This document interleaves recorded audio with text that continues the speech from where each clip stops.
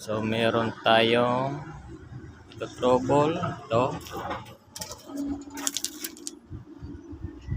aandar siya, pero pag napatay na ang makina, hindi na siya, hard start na siya. So titingnan natin yung magnetic solenoid niya tsaka shut-off valve.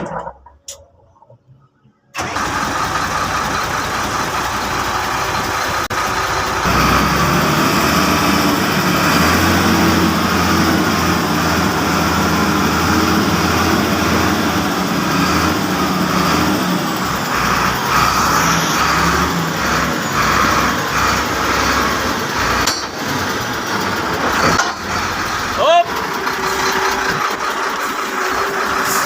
Okay, palaw nga!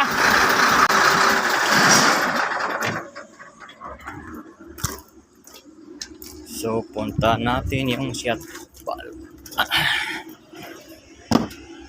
Yan, yung shut valve. So, yan yung shut valve niya. Sa engine shut valve niya yan. Hindi nag-release, kaya pag mag-start, hard start siya. So, yung magnetic niya, solenoid, yung diferensya. Punta natin.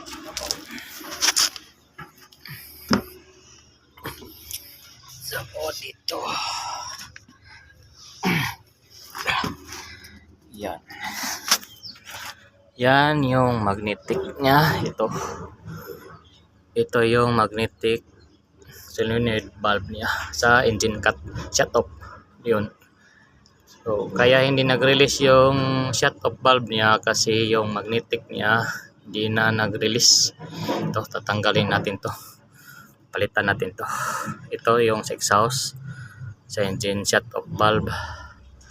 Ito yung sa PTO saka sa deflect niya, single saka double. Tatanggalin natin yan. So, dito tayo sa ilalim ng dump truck.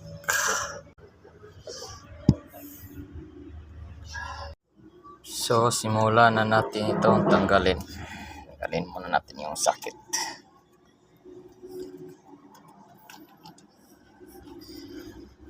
Yan. Tsaka ito yung supply niya sa hangin.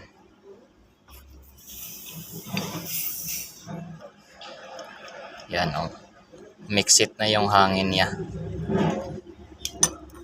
So tingnan natin yung shut-off valve niya kung nag-release pa. Tayo balik.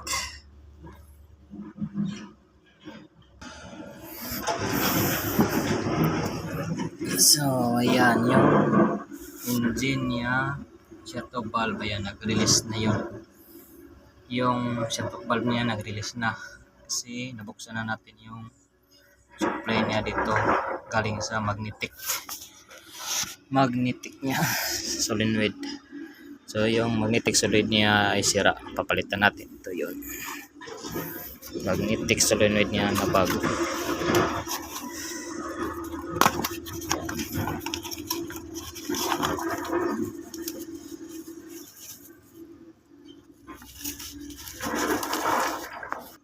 So ito yung magnetic solenoid niya na bago. Ayan,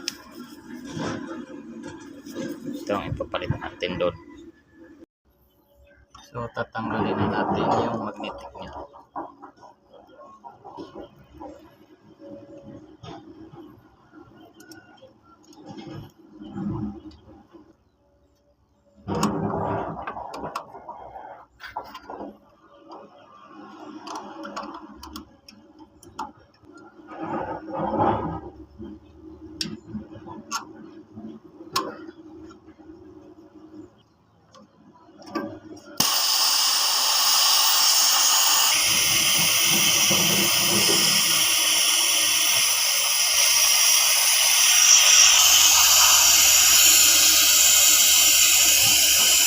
So ito ang tanggalan natin.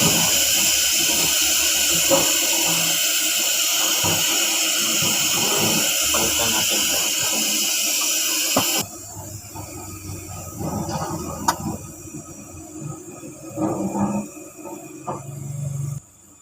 So ito yung bago, ito yung sira.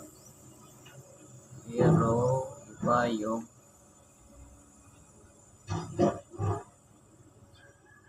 ano niya, ito magkaiba sila. Malaki tong original, itong replacement maliit. So gagawin natin itong magnetic niya, i-transfer lang natin dito kasi pareho lang naman sila. So ang gagawin natin, itong original niya malaki yung butas ito sa airways niya, tsaka itong replacement ay maliit. Ang gagawin natin, transfer natin yung magnetic niya dito kasi magkaiba kasi para magamit natin. So tatanggalin na natin itong magnetic niya sa original. Ito yung magnetic solenoid valve niya para sa engine shut-off valve. Dito galing yung supply sa hangin, engine shut-off valve, papuntang engine shut-off valve.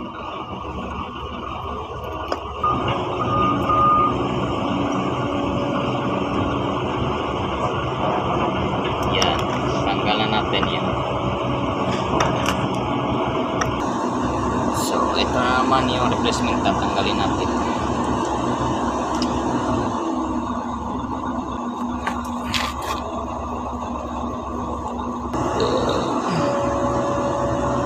Talaga, hanap talaga tayo ng paraan para solusyonan yung problema ng sasakyan.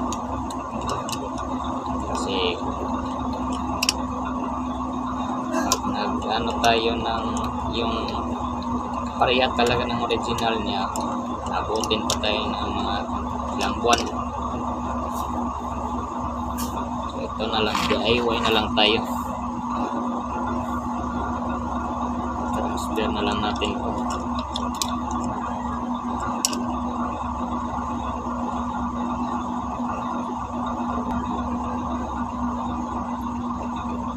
So, tanggalan natin yan.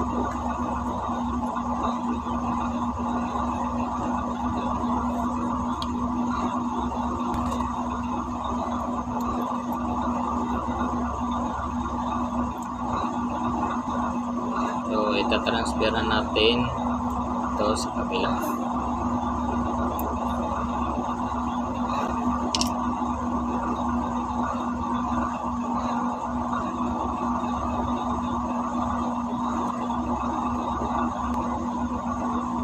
Ito yung bago, transfer natin dito sa original niya.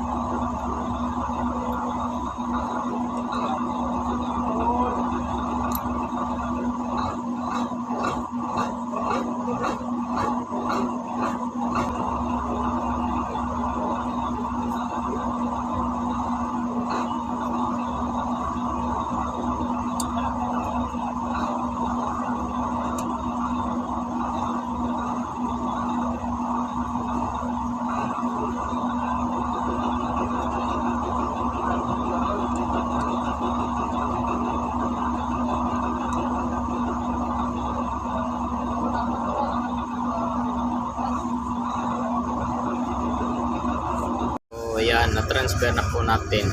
So, ibabalik na natin ito. So, install natin ulit.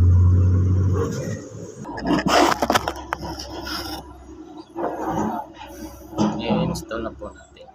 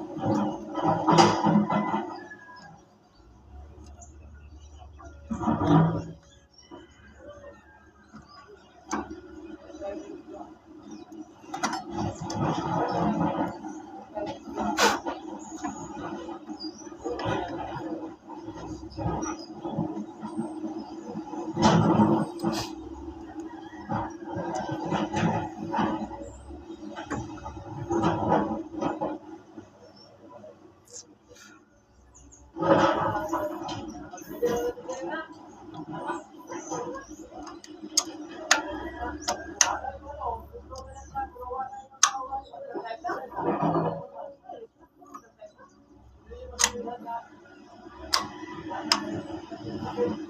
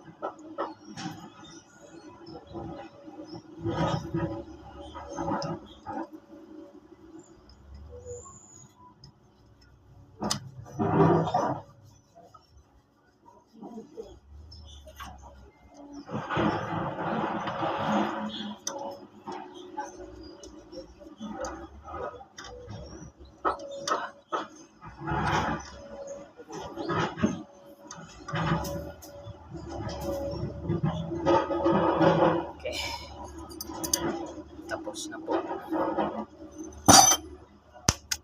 Titistingan na lang natin.